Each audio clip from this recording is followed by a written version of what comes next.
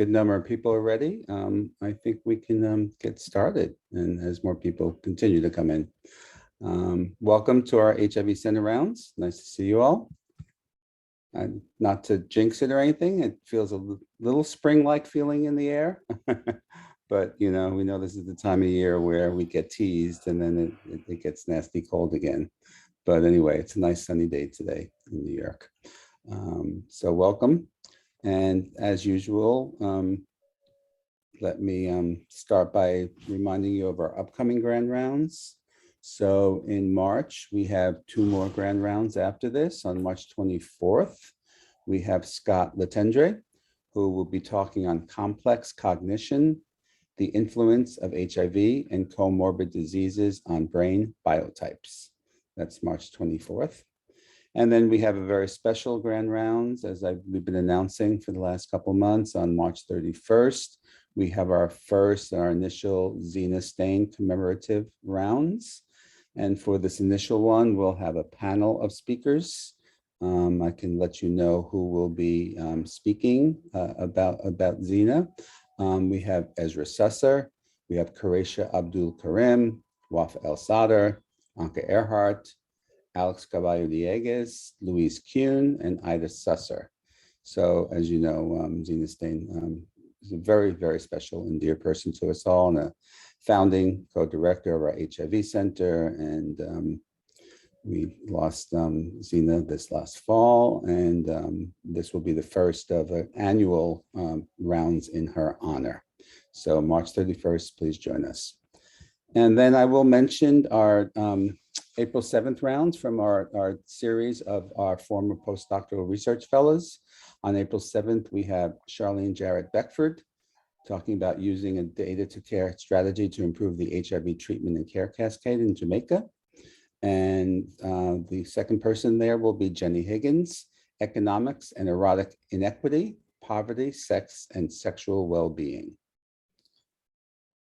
I'll pause for a minute just to see if there's anyone who has any other announcements they'd like to make here at in this venue.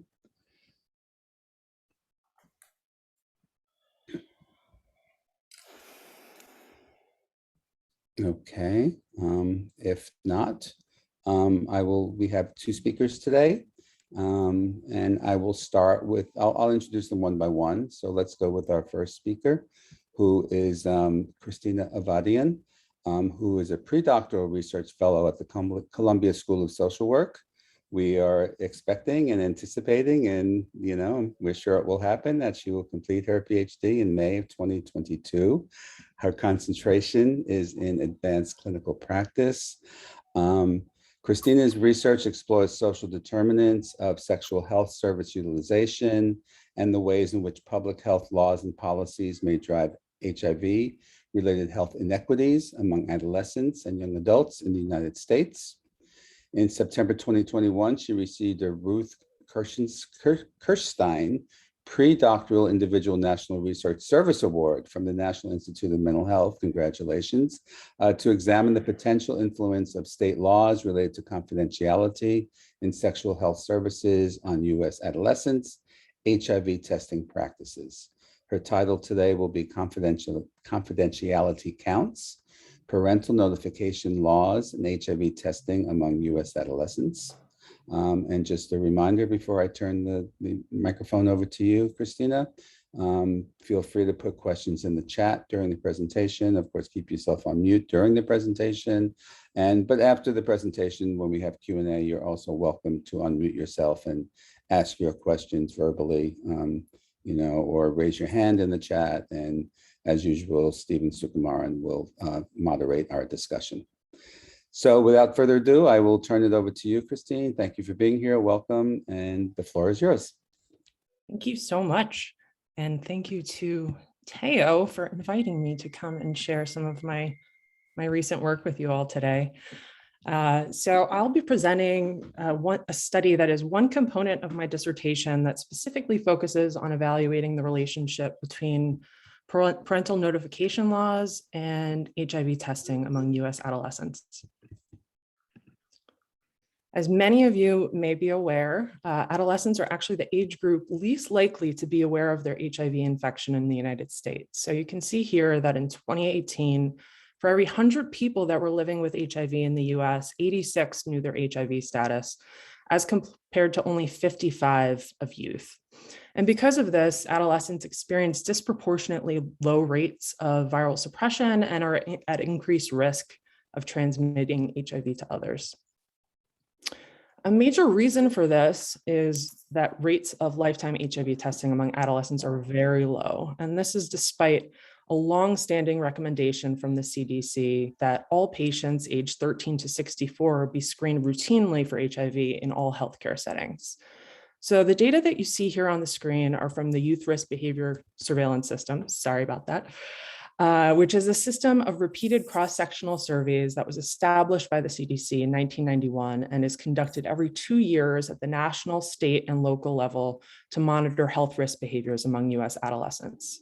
So you can see that lifetime HIV testing among US high school students has been low for quite some time, but it's actually significantly declined from 11.9% in 2005 down to 9.4% in 2019.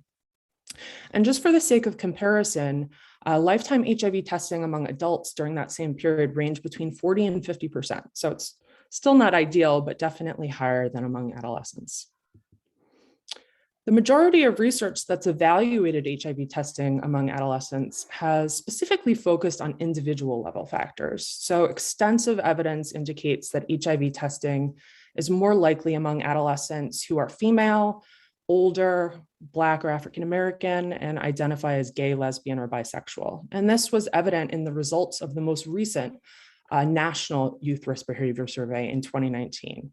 So you can see that lifetime HIV testing was higher among high school students who were female, increased by grade, and was highest among Black and sexual minority adolescents.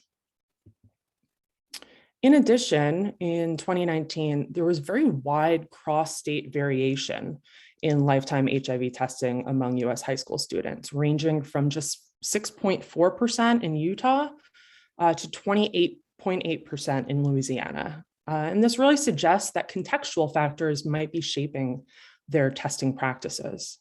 And given that approximately half of US adolescents living with HIV remain undiagnosed, identification of contextual factors that can be modified, unlike many individual level factors, in order to address age-based disparities in access to HIV prevention might really be key to increasing US adolescents' testing practices.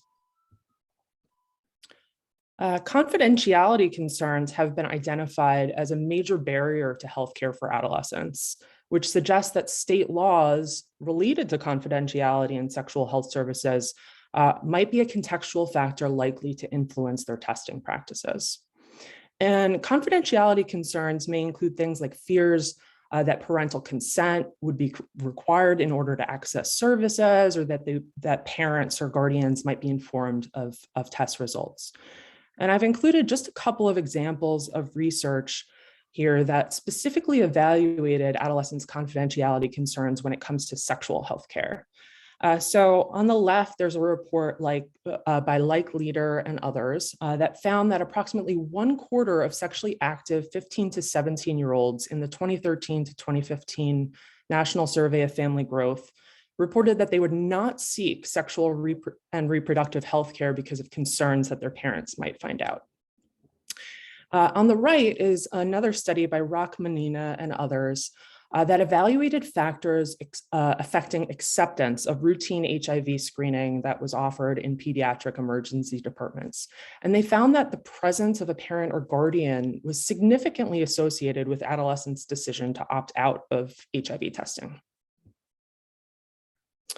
And so in an attempt to alleviate or try to alleviate some of these confidentiality concerns, states have significantly expanded minors' legal capacity to independently consent to HIV testing in recent years. So minors may now consent to STI services in all 50 states. However, there are some states that have restrictions on this. So 11 states require minors to be a certain age in order to waive parental consent. In most cases, this is 12 or 14 years old. And only 32 states explicitly include HIV testing in the package of services that minors may consent to. In addition, a total of 18 states, those that appear in blue on the screen, have parental notification laws that allow physicians to inform parents or guardians that their child is seeking or receiving sexual health services. And so therefore, regardless of whether or not adolescents actually have the legal capacity to independently consent to HIV testing, these laws may actually deter them from seeking services altogether. And although these minor consent laws for HIV testing were specifically designed to alleviate confidentiality concerns for adolescents, research investigating their association with actual testing practices is really quite limited. So just in the past couple of years, there have been 2 studies that evaluated the relationship between these consent policies and HIV testing practices. In the first, by Nelson and others, they found that having the legal capacity to consent without parental permission was not associated with HIV testing. However, the sample was comprised of a small sample of just 127 sexual minority male adolescents, limiting the generalizability of results. And in fact, the authors actually acknowledge that confidentiality concerns likely do contribute to low testing rates among adolescents and stress the need for additional research with larger and more geographically and demographically diverse samples. In another study by Phillips and others that was published just last year, they found that age requirements to waive parental consent and the explicit inclusion of HIV testing in the package of STI services to which minors may consent were associated with HIV testing for male, but not for female adolescents. And I was not able to identify any research that specifically evaluated the relationship between parental notification laws and HIV testing among adolescents.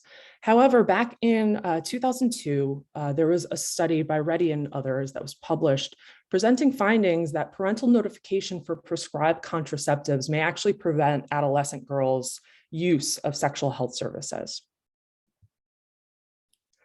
So in order to address this gap in the knowledge base, the purpose of the current study was to evaluate the relationship between parental notification laws and HIV testing among a large population-based sample of sexually active adolescents. And this study tested the hypothesis that parental notification laws would be negatively associated with lifetime HIV testing. In other words, odds of lifetime HIV testing would be significantly lower in the states that actually permit physicians to inform parents or guardians that their child is seeking or receiving services. For this study, I utilized data from the 2019 state-level Youth Risk Behavior Survey, which is a school-based and self-administered survey that provides a representative sample of high school students in participating states.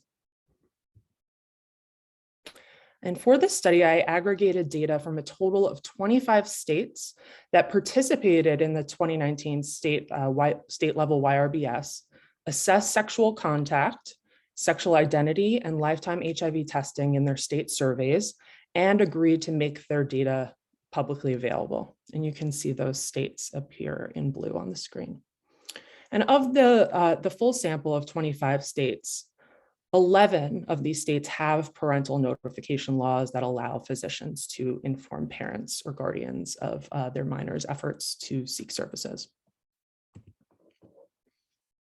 This study was guided by Anderson's behavioral model of health services use, which suggests that healthcare utilization, so in this case, lifetime HIV testing among adolescents, and health-related outcomes are a function of both contextual and individual characteristics, which influence health behaviors and predispose, enable, or hinder, and suggest need for health services. And in turn, outcomes affect subsequent predisposing and enabling factors, perceived need for health services, and health behavior.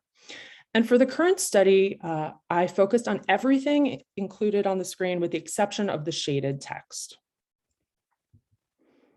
And so for some additional detail on my study measures, they're listed here. The majority of I focused on the majority of contextual and individual characteristics and health behaviors that have been found to be associated with HIV testing among adolescents. So at the contextual level, this included a percentage of the population with a high school diploma.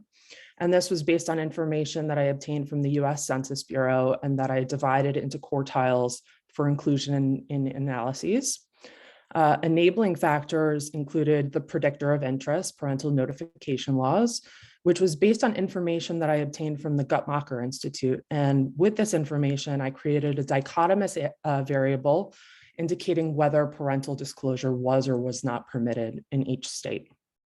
Also, I included median household income based on information from the US Census Bureau, and again, divided into quartiles for inclusion in analyses.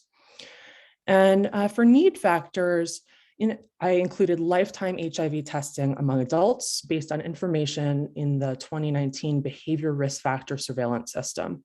And I just want to point out that this is a particularly key covariate because it enabled me to control for unobserved factors that may shape differences in HIV testing across states. At the individual level, I included all of the information, all the measures I included were from the 2019 state level YRBS. Demographics included sex, grade level, and race ethnicity with male, 9th grade, and white as the reference groups, respectively. I also included sexual identity with heterosexual or straight as the reference group. For health behaviors, I included substance use and sexual risk behavior for personal health practices. And these were all variables that were created by the CDC. So because alcohol and marijuana are the substances most commonly used by adolescents, I included binge drinking and marijuana use that were both dichotomously assessed in the past 30 days. For sexual risk behavior, I included two variables created by the CDC, one to indicate multiple sex partners, defined as having 4 or more sexual partners in the respondent's lifetime, as well as condomless last sex. And finally, for my outcome variable, lifetime HIV testing, this was assessed also dichotomously based on a question assessing whether participants were ever tested for HIV. I limited my analyses to participants who reported ever having had any sort of sexual contact. I also limited analyses to those who had the legal capacity to independently consent to HIV testing. So in other words, they either lived in a state that did not have any age requirements, or they actually met those age requirements to waive parental permission at the time of the 2019 YRBS. And this resulted in a final sample size of 46,444. I used basic descriptive cross-tabulations and Rouse-Scott chi-square tests to calculate sociodemographic and behavioral differences in lifetime HIV testing. And to account for the fact that participants were nested within states, I utilized multi-level logistic regression to evaluate associations between parental notification laws and lifetime HIV testing. And I used 3 models. The first adjusted just for individual characteristics. So again, that's sex, grade level, race, ethnicity, and sexual identity. The second model added contextual characteristics. So again, that's a percentage of the population with a high school diploma or higher, median income, and lifetime HIV testing among adults. And the third model added in health behavior. So that's sexual risk behavior and substance use. And all of my analyses were weighted to adjust for school and student non-response and make the data representative of the population from which the sample was drawn. And finally, because gender has been found to be the most salient individual level factor associated with HIV testing among adolescents, after I looked at results as a whole, I stratified them by sex. So here you can see the characteristics of the full sample. You can see that the sample was pretty evenly split by sex, included more participants in higher grades, was about 50% white, approximately 83% identified as Heterosexual, about 17% reported multiple sex partners in their lifetimes. About 46% reported condomless last sex. About 20% reported binge drinking in the past 30 days, and about 31% reported marijuana use in the past 30 days. And of the full sample, approximately 16% reported lifetime HIV testing. And we saw significant differences in lifetime HIV testing by sex. So you can see that, that lifetime HIV testing was significantly higher among females, increased with grade, was highest among Black or African-American participants and among sexual minority participants, and was significantly higher among participants who reported any sort of sexual risk behavior or substance use. And looking at the multi-level logistic regression results, you can see that odds of lifetime HIV testing were significantly lower in states where parental notification was permitted. And this was the case across all three models.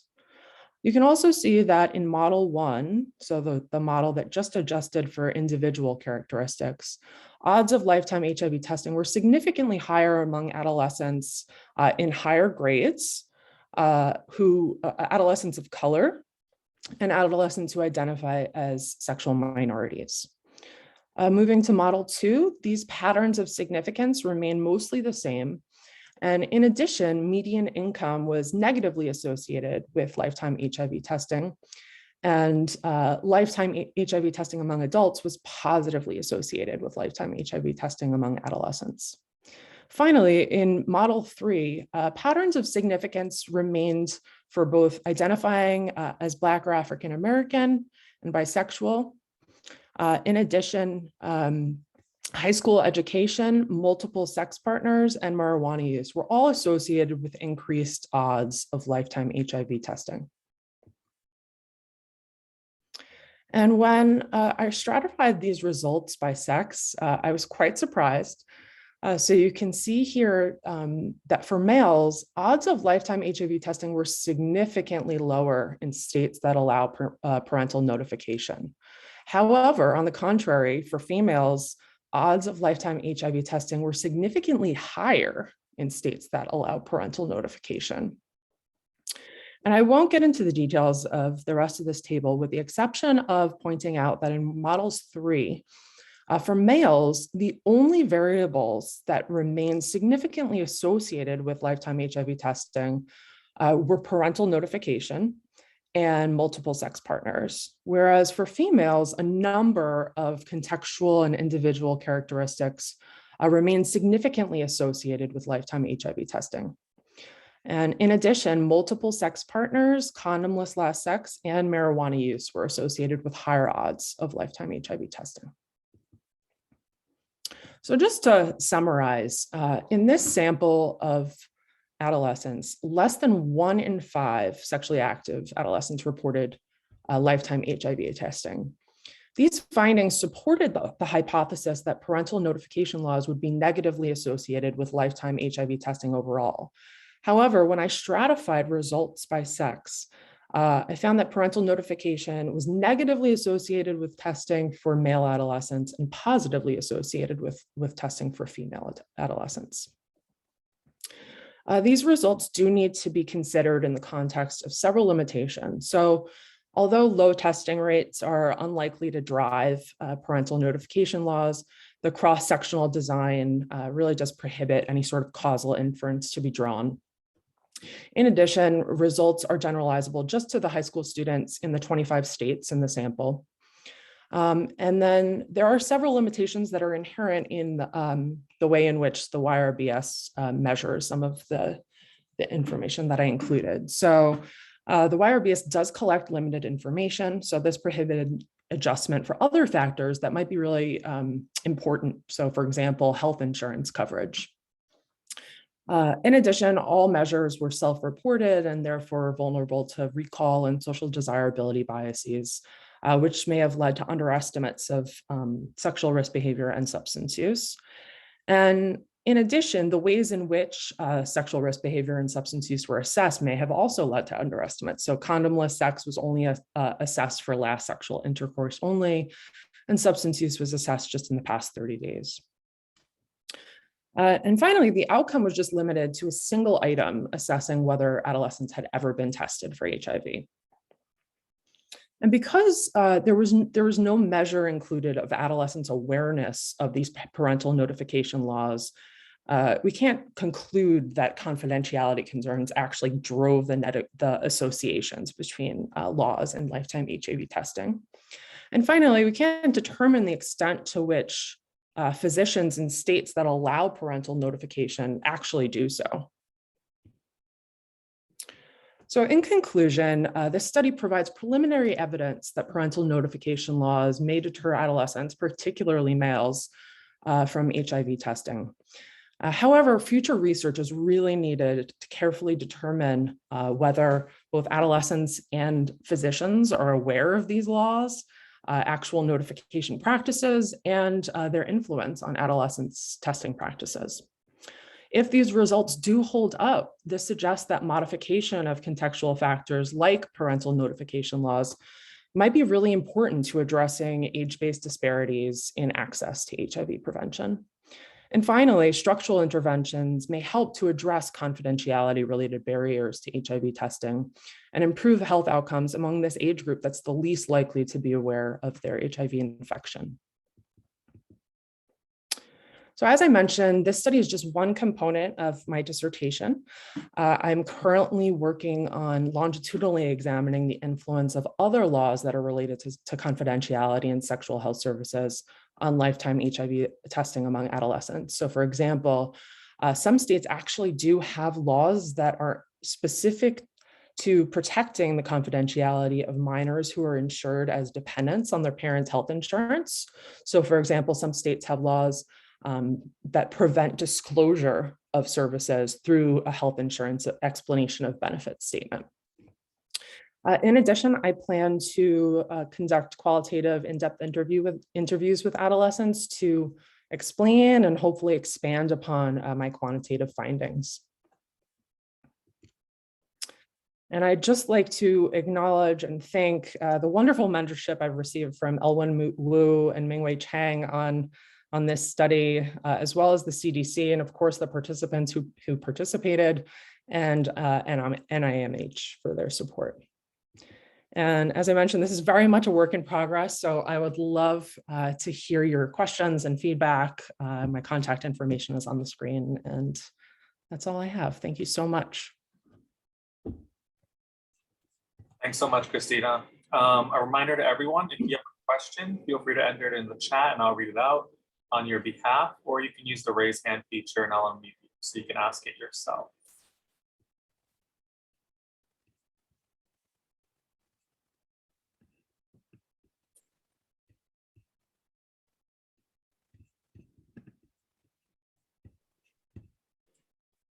Theo, go ahead.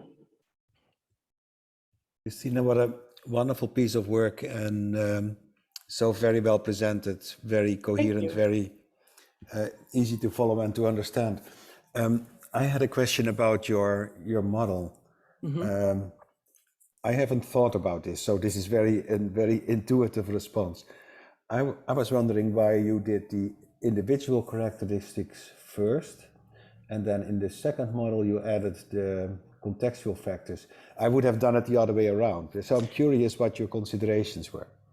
Great question. I actually considered the same. And after some consultation with my mentors, I think that we kind of landed on the fact that because individual level factors have been so well established to be associated with testing practices with adolescents, and because in the model, as you can see, I can go back to it. Although it starts with contextual characteristics. Oops, did I miss it? I missed it. They all inform each other. So ultimately, we decided to go with what the literature has said so far, just to get a sense of how parental notification laws might be associated with testing when adjusting for factors that are so, well established in the literature. But that's a really good point, and I did consider it. It probably doesn't matter in the end. Exactly. Yeah. Thanks.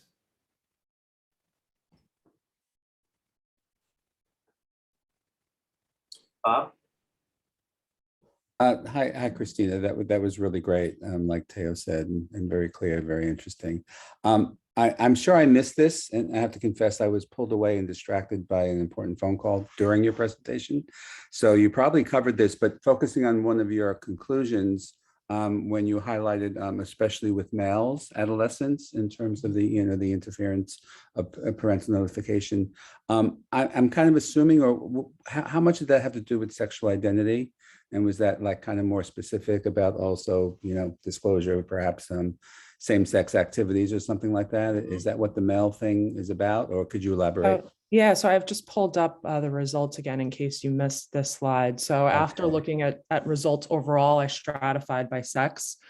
So you can see that the association for males remained highly significant and very negative, versus the association for females, which was actually positive. And when I first saw these results, I was very surprised, and in some ways that they're very contradictory. And the other thing that I pointed out is that for males in model 3, the only variables that remained significantly associated with testing were the parental notification being permitted and multiple sex partners, whereas for females, a number of other individual and contextual characteristics remains, highly associated with testing, including race, ethnicity, not any sort of sexual identity, but some other characteristics. So yeah, that is something I'll probably be digging into a little bit more, because, as you can imagine, these findings are not at all what I would have thought. But in some ways, it is consistent with the other study that I present, or one of the recent studies that was published, that found that these policies are actually just associated with testing for males. So yeah. Okay, thank you for going back and elaborating on that. Sure. We have a question from Paul Davanzo. Paul asks, well, first I say, fantastic work. The stratification by sex is fascinating.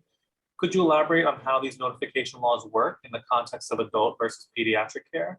In light of the differences by sex, female patients may tend to transition to adult care earlier.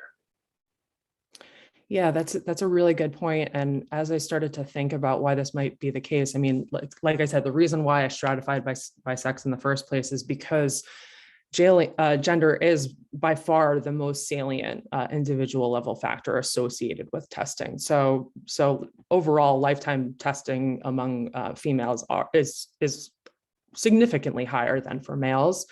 And there's been some work that has suggested that in addition to potentially transitioning to adult care, and more specifically, this might be because adolescent girls often start seeing a gynecologist during their teenage years and might have, more access, more opportunity to test than males. So I think that that's kind of the same idea.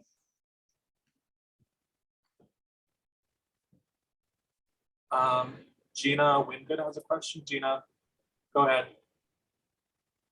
Thanks so much, Christina. Really exciting research. Thank you so much. I wanted to ask if you also looked at parental notification laws regarding contraception. And no, sorry. If that would be an opportunity that you could do that. Additionally, I wanted to know if there was anything looking at like state level STI testing, or even flu testing. So I'm looking at sort of different factors, some regarding maybe the other testing factors, and maybe it's an issue of testing, but also in the area of sort of other laws, like contraceptive laws, that might be, could partially explain some of these results. Yeah, that's a really good point. And I do, for now, I'm focusing on laws that are specifically related to confidentiality. So I've looked at minor consent laws in terms of age requirements and whether HIV testing is explicitly included. Also laws related to health insurance, but nothing related to contraception. So that is a really good point, and I will definitely consider it. I think that right now I've just been kind of trying to zero in on things related to confidentiality for in relation to HIV testing, but Sure.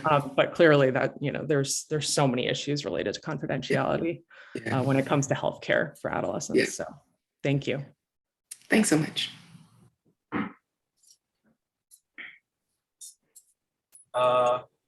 Ray, you're free to talk. Thank you. This is a wonderful presentation. I think it's very salient right now. I think I'm just to echo what other people have said. I was really thinking about like the differences between like sexual health care for stratified by sex, and how female adolescents may be more likely to just engage in all forms of testing just because of their interaction with the gynecologist at a younger age. I think to add to the things of like future directions, I also, this was just a conversation I had, with family even this past weekend about HPV vaccines and how those, and how the, laws that, and I think even as we go, like, as we think about even COVID vaccines, about how adolescent rights about getting testing and vaccinated and stuff like that, I think this is all very apropos of that. And the implications that might have, in these parental I think Arizona has like a parental rights law, and that's where I'm from originally. So yeah, just I think about vaccinations and as well, particularly like the HPV vaccine, and how that might be also related to some of your work.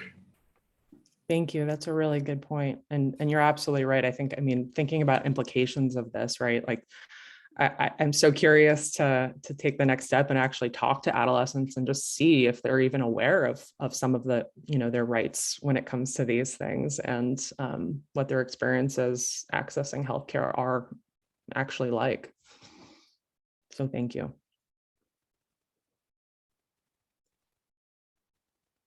We have time for maybe one more question.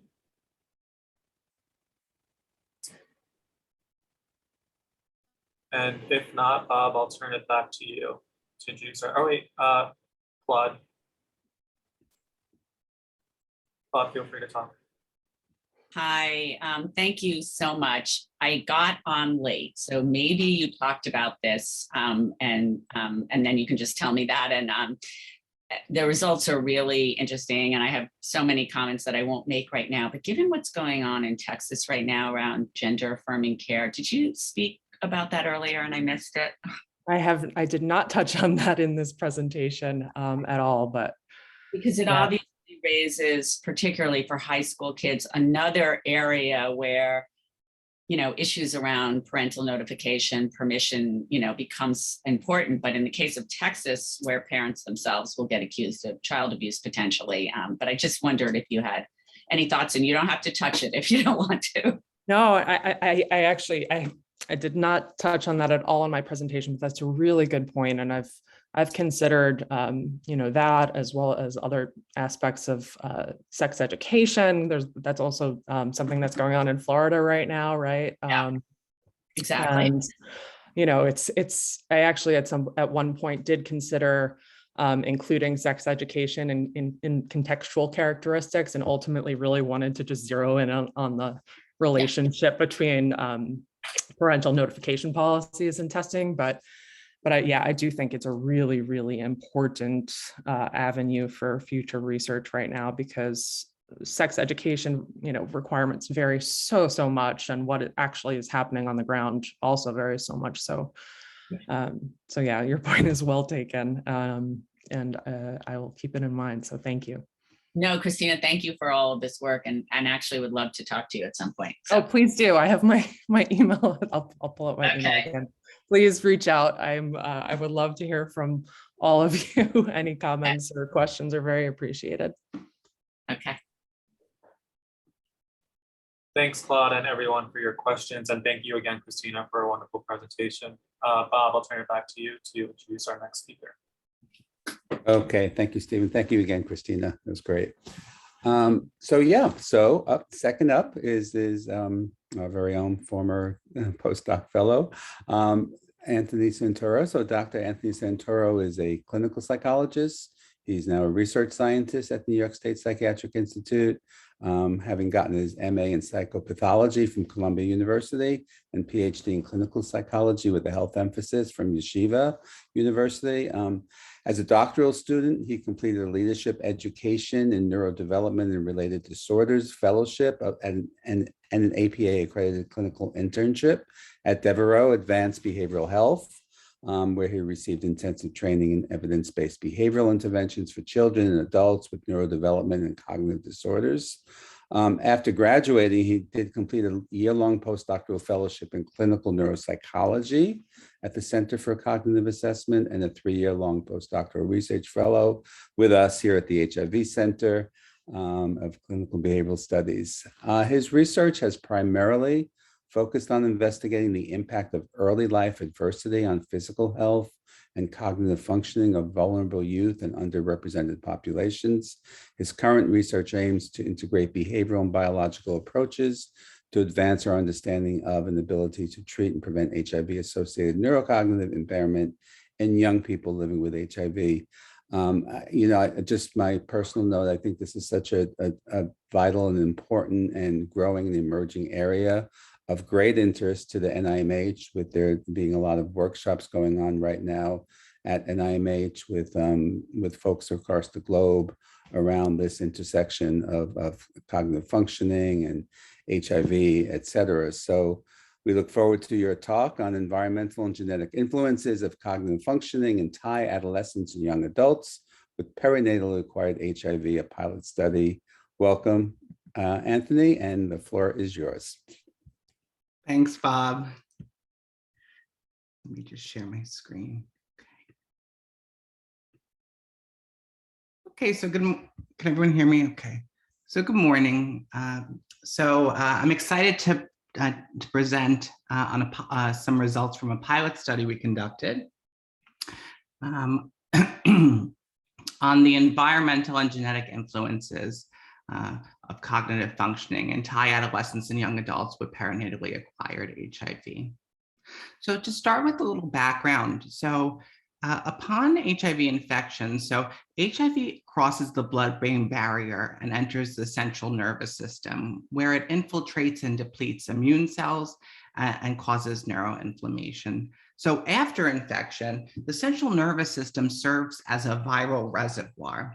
And this leads to chronic low-grade neuroinflammation and neural cell damage, all of which contribute to HIV-associated neurocognitive impairment, or HIV-NCI. So HIV-associated neurocognitive impairment, HIV-NCI, is one of the most common and functionally debilitating complications of HIV. And it's associated with a whole host of poor disease and functional outcomes. Notably, antiretroviral treatment, so ART, offers incomplete protection against NCI, right? Which still occurs in up to 50% of people living with HIV despite viral suppression. Okay, so quite common even among people on ART. However, not all people living with HIV develop neurocognitive impairment. And this suggests that there are host factors, such as environmental or genetic factors, that may play critical roles, particularly in people with long-term viral suppression. So regarding environmental risk, there's a growing body of evidence that suggests that early life stress may be a particularly potent risk factor of neurocognitive impairment. And so early life stress, also known as adverse childhood experiences, refers to abuse, neglect, and household dysfunction during critical periods of brain development, so in childhood and adolescence. And so just a little on the neurobiology. So early life stress and other forms of toxic stress leads to a chronic activation of our stress responses biologically. And this causes a dysregulation of our neuroendocrine and immune systems, leading to chronic neuroinflammation, heightened immune activation. And this is an early life stress predicts these elevated neuroinflammation and immune activation across the lifespan, so well beyond childhood. And this results in damage to the brain architecture and functioning, and suggests that early life stress may predispose the brain to experience exacerbated neuropathological effects of HIV. So looking at the research among people living with HIV, early life stress has been found to be very common. Okay, with 50 to 76% of all people living with HIV reporting some form of early life stress. Moreover, it's been shown to predict poor cognitive functions, particularly in processing speed, executive functioning, and motor skills. And this association persists over time, even after improved HIV disease status and virologic control. However, to date, most of the studies that have looked at early life stress and neurocognition among people living with HIV have focused on adults, mostly middle-aged adults living with HIV. Although there is one preliminary study that's recently has come out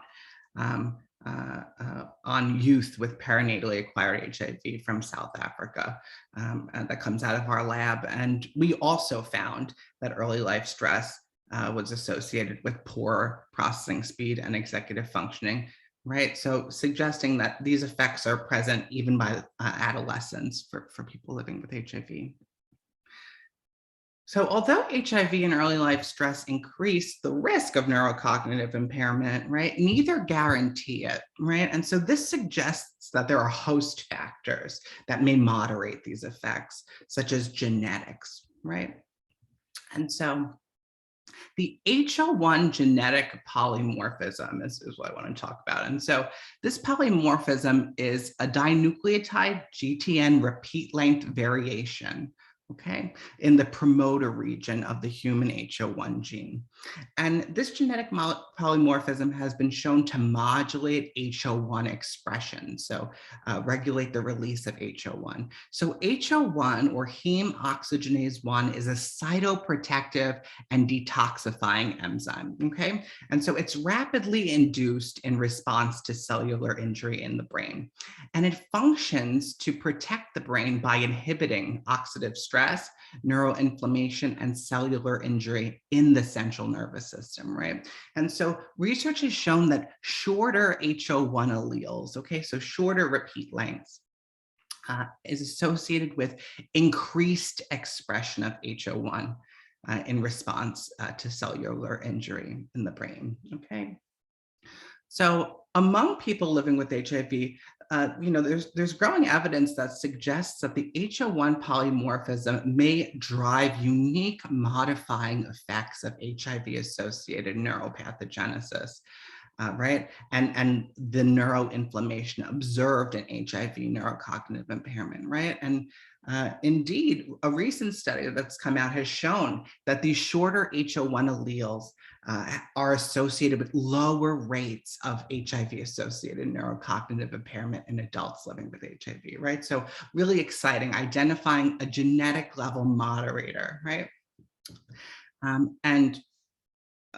Furthermore, why this research is so exciting is that Hl1 expression can be induced pharmacologically, irrespective of your Hl1 alleles, okay? And so this could allow for really exciting new opportunities to develop these biomedical products, which we already have, right? To induce Hl1, right? Giving us the potential to treat and perhaps prevent HIV-associated neurocognitive impairment, particularly in Hl1 deficient people living with HIV, right? So really exciting. So regarding the research gap, so there's further research is needed to clarify the environmental and genetic risk factors of poor cognitive outcomes in youth living with HIV, who are at particularly high risk for neurocognitive impairment, right? Such as adolescents and young adults with perinatally acquired HIV. So youth with perinatally acquired HIV are at increased risk for neurocognitive impairment because they're exposed to HIV and the accompanying neuroinflammation for the entirety of their brain development, right?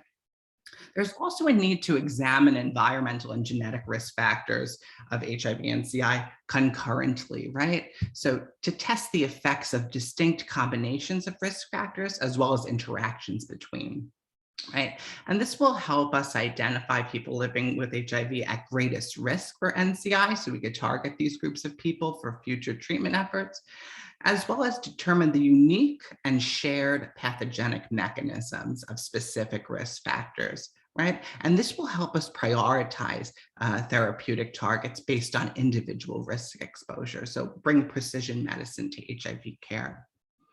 So as first steps, right, towards these goals, right, we need to establish the acceptability and feasibility of measuring early life stress and the Hl1 polymorphism among distinct populations of young people living with HIV. So will these young people feel comfortable answering questions about early life stress, right, which address sensitive topics such as sexual abuse history, right? Will these young people agree to genetic testing, right? There's a host of cultural and social issues and values and beliefs that come into play with accepting and uptake of genetic testing. Also, will our measures of the Hl1 polymorphism and early life stress produce sufficient variability to capture differences in cognitive outcomes? There's also a need to determine if the relationship between the Hl1 polymorphisms and neurocognitive impairment are consistent across global populations and age ranges, right? And so this association has yet to be examined in adolescents and young adults with perinatally acquired HIV. The research is focused on middle-aged behaviorally infected adults. And it has also yet to be examined in populations of people living with HIV from distinct Asian and Pacific Islander ethnic backgrounds. And the Hl1 polymorphism varies by ethnic background.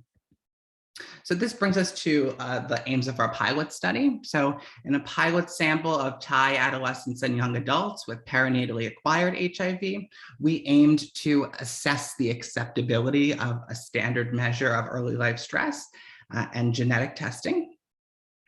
2, we aim to identify and address potential barriers and challenges to collecting, storing, shipping blood samples for genetic testing. And this was really to help us establish efficient specimen processing procedures and inform future studies. And 3, assess the feasibility of future studies testing NCI-related environment gene interactions, right? And we did this by examining the degree of variability among early life stress, Hl1 genotype, and cognitive outcomes. So all of our study procedures took place at the Research Institute for Health Sciences at Chiang Mai University in Thailand. Our sample was 50 Thai adolescents and young adults ranging in age from 13 to 24, 25 PHIV and 25 age and sex matched controls. Participants were recruited from the Thai NeuroScreen study, right? A parent study which aimed to adapt and evaluate tablet-based neuropsychological tests. And so our pilot participants completed questionnaire measures, acceptability items, and a venous blood draw. Okay, for participants who refused the blood draw, study staff documented their reason for declining. Blood samples were stored in a freezer at Chiang Mai and then cold chain shipped in one batch to UPenn for our genetic testing. And then the parent study provided us with neurocognitive testing data that was aggregated with our pilot data. So in terms of sample demographics, on average, our sample was 18 years old, 52% were female, and on average had 11.4 years of education. For our early life stress measure, we administered the Thai version of the Adverse Childhood Experiences Scale. Okay, and so we created dichotomous scores, so 0 or 1 for 10 ACE categories, specifically emotional, physical, and sexual abuse, emotional and physical neglect, parent caregiver loss, household violence, substance abuse, mental illness, and incarceration. And total scores were created by summing these dichotomous category scores. For acceptability, we administered 4 items. 2 items, I was comfortable answering questions, and questions were easy to understand, pertain to the early life stress measure, and participants rated this from 1, not true at all, to 5, very true. We also asked participants to rate, in your opinion, how acceptable is genetic testing to screen for risk of cognitive problems in the future? And participants rated this from completely unacceptable to completely acceptable. And then lastly, we asked participants, do you have any concerns about genetic testing? And these text responses for item 4 were recorded in Thai and then translated into English by study staff. For our to measure our Hl1 genotype, so genomic DNA was extracted from whole blood samples following established protocols for amplification and genotype determination. So very briefly, right? So Hl1 GTN repeat lengths, right, were determined by PCR amplification, right, followed by a fragment size determination on a capillary sequencer, right? So each sample was run twice from independent PCR reactions to confirm accurate and reproducible sizing. Okay, if we didn't find identical lengths in duplicate, we ran our samples additional times, okay? And then based on length, right, our alleles were classified by the number of GTN repeats, okay? So each participant has 2 Hl1 alleles, right? And so alleles were classified as short if they had less than 27 repeats, medium if the number of repeats was between 27 and 34, and long if they had more than 34 repeats. And then based on participants' combination of their alleles, the length of their alleles, they were assigned genotype groups, right? So for example, SS, right? So the SS genotype group is a participant who has 2 short Hl1 alleles, right? Whereas an SM, right, is the genotype group for people who have a short and a medium allele. So regarding neurocognitive measures, so 10 neuroscreen tests measuring processing speed, executive functioning, and motor dexterity and working memory were administered. Raw test scores were converted into demographically adjusted standardized scores, so with a mean of 50 and a standard deviation of 10. So for our acceptability data, we ran descriptive statistics, right, and set an a priori benchmark for acceptability for these items to have a mean of 4 or greater, so indicating true or acceptable for on average. For concerns about genetic testing, responses were organized in a table, grouped thematically and tallied. We also calculated study completion and acceptance rate. And so we calculated that by taking the number of participants who agreed to the blood draw, dividing that by the number of participants who were approached or recruited to participate, and timesing that by 100, right? With our benchmark of acceptability being acceptance rates of or at or above 80%. For our early life stress and Hl1 genotype data, we produced bar charts, histograms, and box plots, right, to visualize the frequency distribution, as well as to assess the variability in cognitive scores across our Hl1 genotypes. We also conducted Kruskal-Wallis tests, right, to assess differences between 4 HIV early life stress groups. So we grouped people PHIV with high early life stress, PHIV with low early life stress, our controls, controls with high early life stress, controls with low early life stress, right? So by status and early life stress exposure. As exploratory analyses, we also conducted general linear models, right, to assess differences by the presence or absence of a short Hl1 allele, controlling for covariates like age, sex, and education. So our results. So for that first question, right, acceptability question, I was comfortable answering questions. And for the second question, right, questions were easy to understand, right? Our mean for both, our average rating for both of these questions was between true and very true, with 90% of participants responding true or very true that they were comfortable answering questions, and 96% of participants saying the questions were easy to understand, right? So meeting our benchmarks of acceptability. Regarding acceptability of genetic testing, so for the, in your opinion, how acceptable is genetic testing to screen for risk of cognitive problems in the future, right?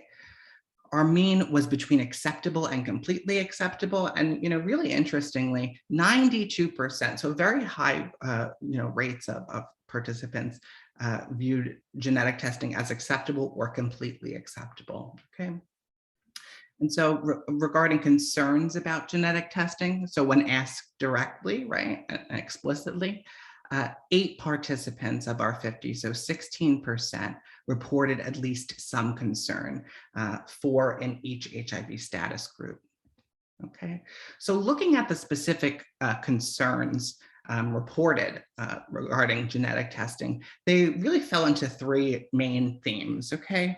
And so that this first concern theme, right, was related to potential risks of genetic or personal data being shared with others, and 4 participants reported this concern. So examples were, I'm worried about the risk of disclosing my genetic characteristics to others. Another participant reported, I'm concerned about others knowing my personal information, right? A second group of concerns were related to blood samples or genetic data being collected or used in an unethical, illegal, or unknown way. And 4 participants reported concerns within this theme. Notably, all of the participants who reported these concerns were in the control group. And so an example of this theme was, I have no concern regarding how the genetic testing will be conducted. However, I'm worried about my genetic information could be used illegally and unethically, right? Another person said, I'm slightly concerned if my blood or the test results will be used in other different kinds of studies, okay? And then there was one last person who, and I included them just so to be transparent, about the data. There was one person who reported minimal non-specific concern, right? So just reporting, I have only minimal concern, okay? So, although 8 people, expressed concerns, let's look at the blood draw completion rate, right? So we approached 50 participants, 25 PHIV, 25 control. Of those 50, 49 completed our blood draws and agreed to genetic testing, right? So 49 of the 50 that we approached, okay? And this gave us a completion rate of 98%. And 100%, we found we had a 100% completion rate among our PHIV participants, right? So even though there are, 8 people reported concerns, it didn't deter them from completing the study. So for the one person who declined the blood draw, this person was 19 years old, male, and HIV negative, so was in the control group. And when asked their reason for declining, they reported, I have just undergone a blood draw at my recent health checkup, right? My health checkup recently. I do not want to be hurt, and I am also concerned about my genetic information being shared out. So multiple concerns and multiple reasons. So regarding early life stress, right? So we saw great variability across early life stress categories, right? Our most commonly reported early life stressor was parent or caregiver loss, right? With 70% of the sample reporting this, followed by physical neglect, which was reported by 28% of our sample. Our least commonly reported early life stressor, right, was living with a household member with mental illness. And between the 2 the HIV status groups, we found significant differences for physical neglect, parent or guardian loss, and parent death, right? With the PHIV group reporting higher rates of each of these, right? And notably, so for parent and caregiver death, 72% of our PHIV participants reported this, right? So really high rates. So in terms of, our ACE total scores, right, our early life stress frequency, right, we saw a really nice range of ACE total scores, right, ranging from 0 to 7. And, as someone who's, experienced in administering the ACE and analyzing this data, right, it tends to be much more lopsided than this. So I was really excited to see this nice scatter. In terms of total early life stress exposure, so in the PHIV participants, 76% reported exposure to high early life stress, okay? And this compared to 48% of control participants, okay? So higher rates of high early life stress in our PHIV group.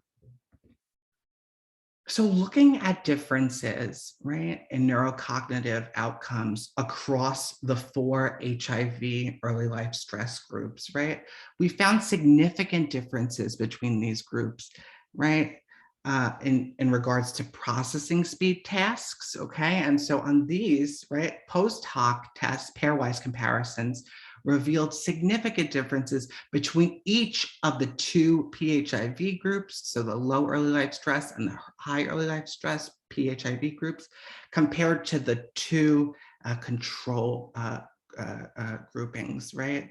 And so in both, so for both of the PHIV groups performed significantly worse than both of the control groups. We also found significant differences across groups in regards to measures of executive functioning and motor control and dexterity, okay? But this time, post hoc tests revealed that the differences were only between the PHIV participants with high early life stress compared to the 2 control groups, okay? And so the difference in scores between the PHIV participants with low early life stress was not significant, right? So we see that it's here, it's that combination that really drives down function.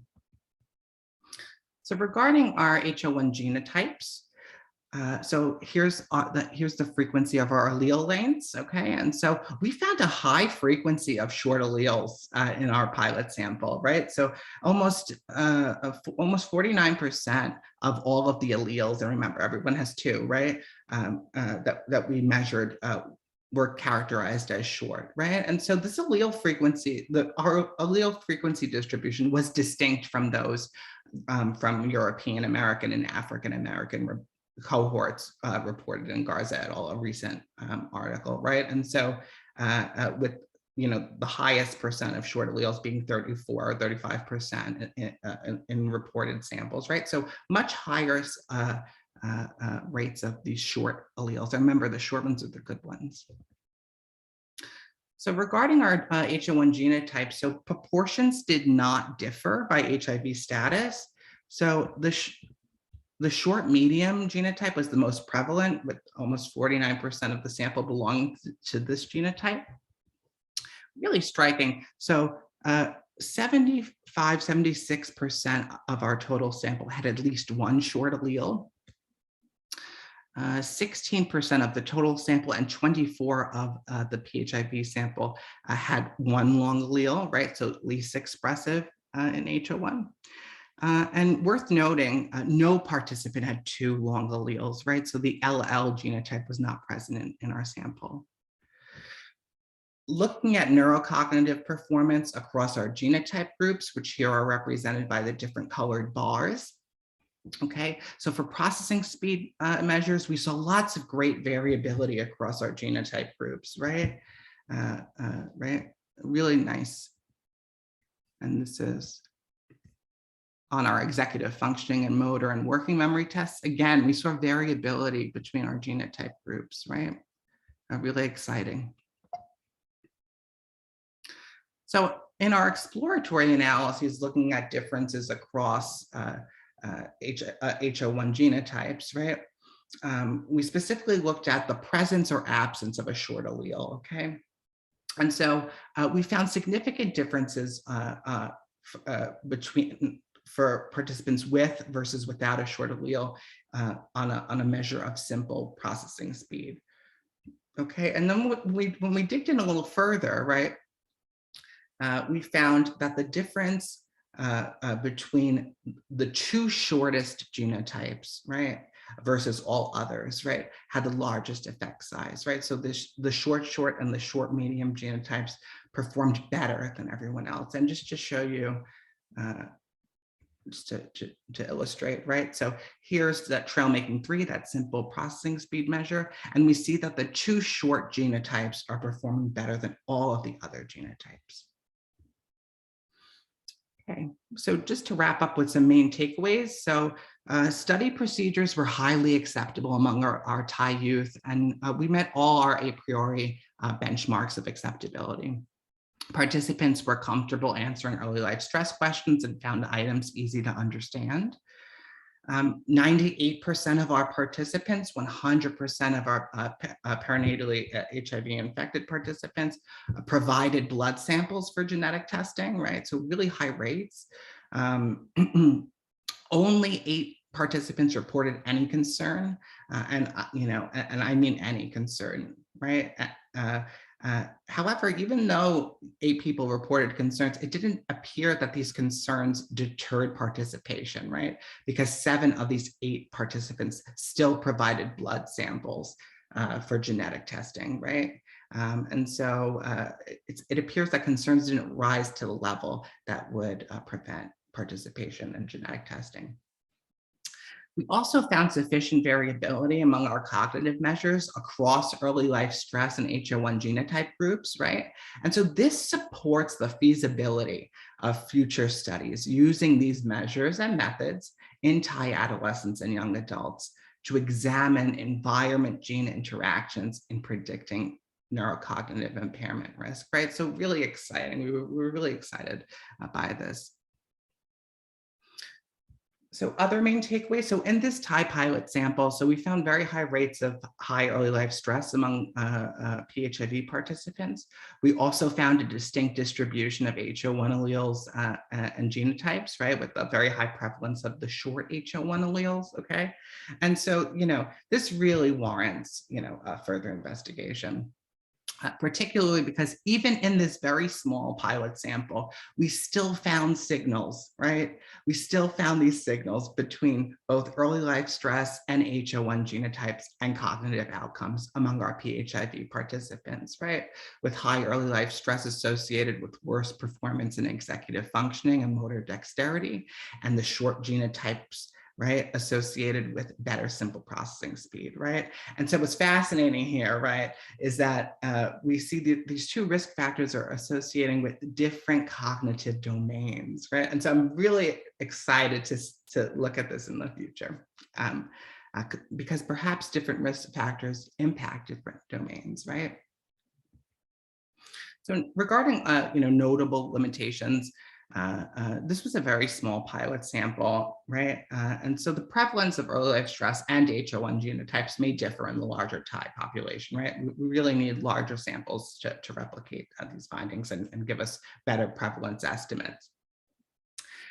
Likewise, we focused on acceptability of genetic testing to detect the risk of cognitive problems and related concerns, right? So we didn't assess knowledge about genetic testing or knowledge about HIV and CI, which might be important and relevant. And really what I want to say is, a limitation is that we really didn't fully capture, right, the patient perspective, okay? So in terms of future directions, so enhancing our understanding of HIV and CI risk in young people living with HIV is critical to supporting their health and functioning as they continue to age, right? So these youth will survive and live, well into adulthood and, and well beyond. And we have to make sure that we're supporting their neurocognitive health, right, across the lifespan. And understanding risk factors and, the salient risk factors within and across distinct developmental periods, right, such as emerging adulthood, right, in which risk factors might look different than middle-aged adults living with HIV, right, will be paramount. Lastly, so future studies are needed that test environmental and genetic risk factors concurrently, right? So together, right? As well as pathogenic mechanisms, right? Such as immune mechanisms, right? Linking specific risk factors and cognitive outcomes, right? And this will help us improve our precision in identifying youth most at risk for neurocognitive impairment, right? And this could enhance our capacity for prevention efforts, closer monitoring, earlier detection.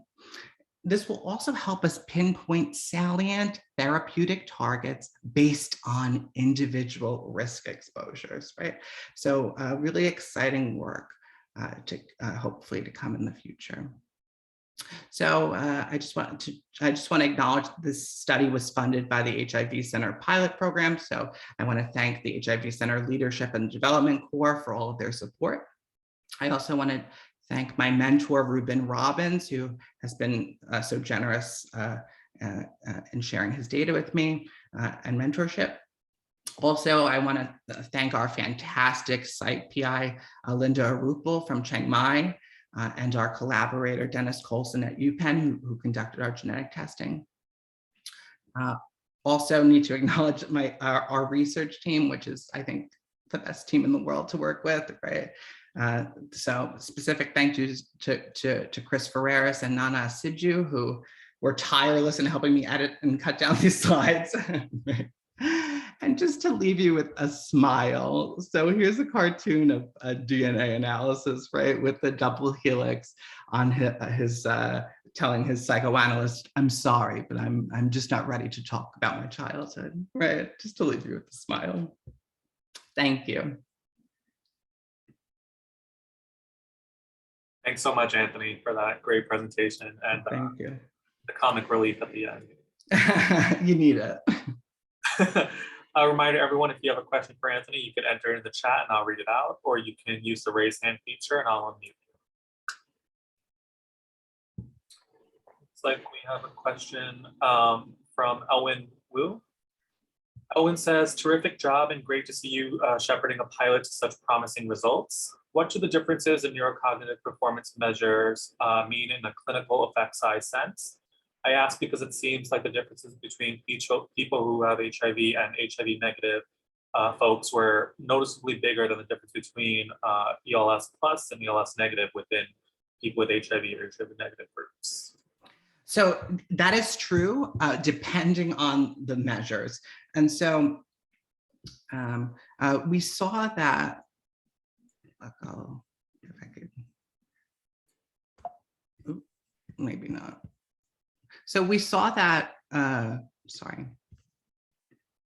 we saw that within our processing speed tests, that was true, right? The differences between the PHIV groups, right, wasn't there, right?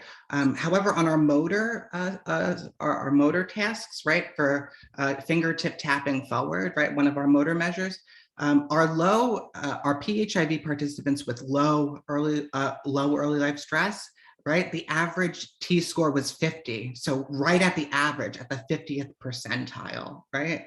And so, yes, there's differences between the HIV status groups, right? And then, however, it's not just there, right? And so the effect sizes, in terms of effect sizes, right? This was a very small sample, so I don't feel comfortable saying that, you know, it's a large effect size, but from a clinical perspective, right?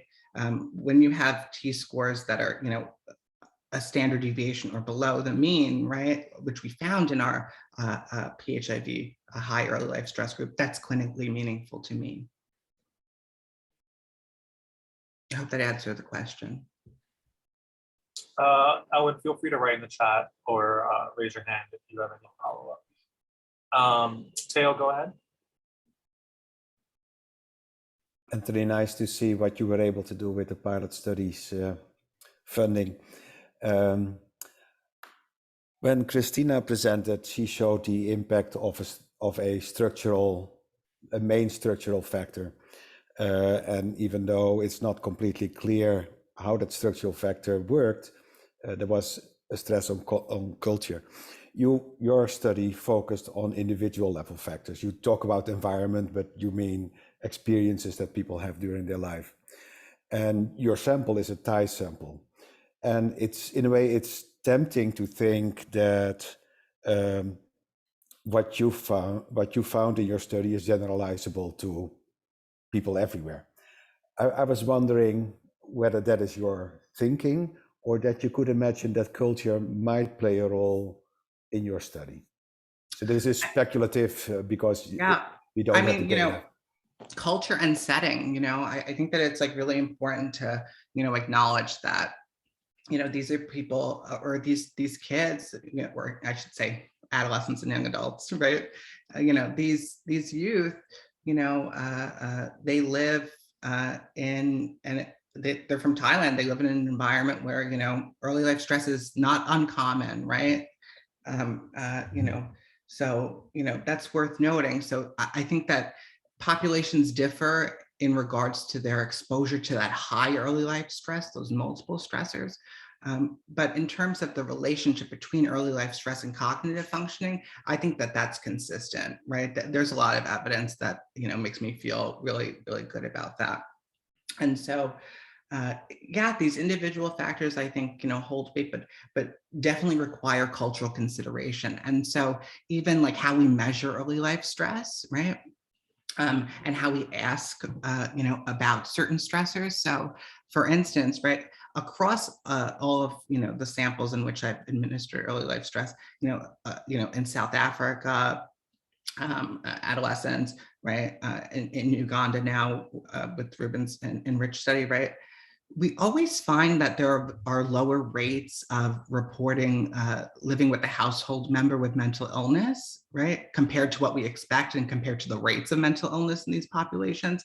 And so, that makes me think like, okay, what are, is the way, that we're measuring this, right, are the words that we're using, right, really capturing what we're asking. So yeah, there's a cultural consideration, even in how we measure and ask about these things. Yeah. Thanks. Another question, Anthony. First, thank you for a great presentation. I hadn't known how common NCI was even among individuals who are virally suppressed. Based on your work, what do you see as critical next steps in clinical care for attending to cognitive health among people living with HIV? So I think that it's really critical to identify the people at risk, right? I really do, because right, if people are virally suppressed and still developing neurocognitive impairment, right, the typical metrics of HIV disease are not going to tell us that they're at risk, right? And so I think that we really need to develop tools, right, that predict, right, who is at particular risk, right? And so why is this clinically meaningful, right? It will allow us to monitor these patients more closely, right? And so, for instance, in a really taxed healthcare system where, we have access to NeuroScreen, right? A screener for neurocognitive impairment, right? My study staff might not be able to give that to every single person that comes in, right? But they may be able to give it to, those kids who are most at risk, right? Yearly, right? And so that'll help us monitor or closer monitor those at increased risk. So something that can tell us, who is at increased risk, identify these people. I think would be really useful, and hopefully, my future work. Thanks, Anthony. Any other questions?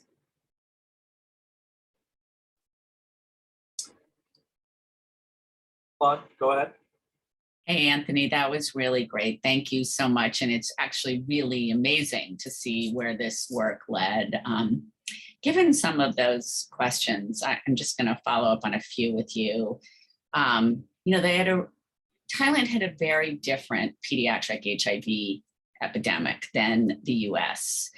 And I wonder if that is associated with some of the things like household mental illness, for example, in addition to some of the other contextual factors in Thailand around not wanting to rock the boat, not wanting to counter caregivers, not wanting to actually talk about things that fall in the mental health domain, and how that might affect what you've found. That's one, just to think a little bit about it on that level. The other is that your findings really interesting because in the pediatric HIV/AIDS cohort study in the US, some of the differences are not being found, when we look at comparison groups that you found. And so again, I'm wondering about these differences in epidemics. In the US, substance abuse was a huge risk factor for women. And so hence children have both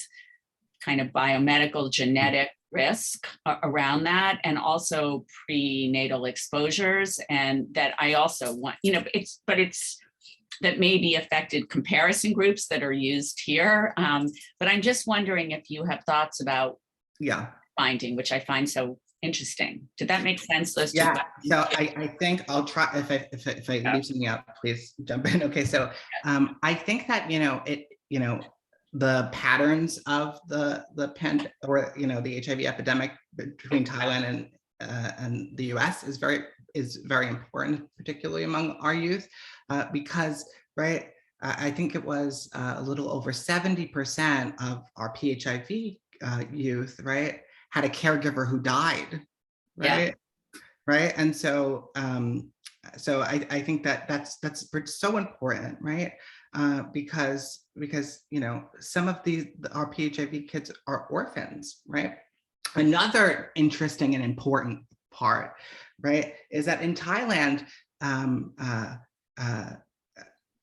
really fascinating, there's the great majority of kids, who have HIV are on ART, and so adolescents below 14, I think it's like 80-something% of them have ART experience, and so I think that that's really worth considering and thinking about in the Thai context, because these kids will become young adults eventually, and so I think that looking at and identifying which young adults with this perenatally acquired HIV and this long-term ART experience throughout their development, who are those kids that do worse is really important and very timely and pressing issue, as less kids are being born with HIV. But they still, they're surviving, and so we have to support them. And regarding the differences, I think that one of the things to consider is that I was I should say inclusive in how I categorized my early life stressors, So for instance, so I followed the WHO guidelines, which is specific for measuring early life stressors in these international populations. So I followed WHO guidance, the World Health Organization, whereas other cohorts have either a limited way of asking about certain stressors, certain ACEs, So for instance, I had caregiver loss. Other cohorts just ask about parent divorce and count that in the same way, and also, so I had a bunch of stressors, and I assessed them in a very inclusive way. So I think that that's also worth considering, So is it truly that these differences don't exist, or is it that or they do exist in some populations, Or is it that that the measures that we're using aren't fully capturing the risk and the stress exposure, which is something that I hypothesize about. Thank you. It is 11 a.m. So thank you to everyone who participated in both Q&A sessions, and thank you again, Anthony, for a wonderful presentation. Bob, I'll turn it back to you. Okay, no, thank you to everyone. And thanks, Anthony. That really was great. And thank you, Stephen, Teo, and Christina. Have a good day. Have a good week. And reminder again, March 24th, Scott Latendre, talking on a topic that is very similar to what we just heard from Anthony. So please join us then. And of course, March 31st for our very special commemorative round for Zena Stain. Be well, everyone. Take care, and we'll see you all soon. Bye.